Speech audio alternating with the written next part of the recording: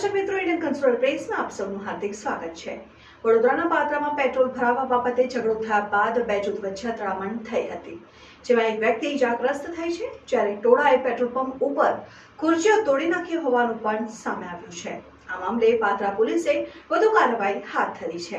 વડોદરા જિલ્લાના પાદરામાં petrol pump ઉપર એક વ્યક્તિ પેટ્રોલ ભરાવવા માટે આવ્યો હતો। આ સમયે કોઈ બાબતે બોલાચાલી થયા બાદ ઝઘડો થયો હતો। જોતજોતામાં ઝઘડાએ ઉગ્ર સ્વરૂપ ધારણ કર્યું હતું ને બે કોમના ટોળા સામસામે આવી ગયા હતા અને ઝપાઝપી થઈ હતી ને બે કોમના જૂથ વચ્ચે અથડામણ થઈ હતી।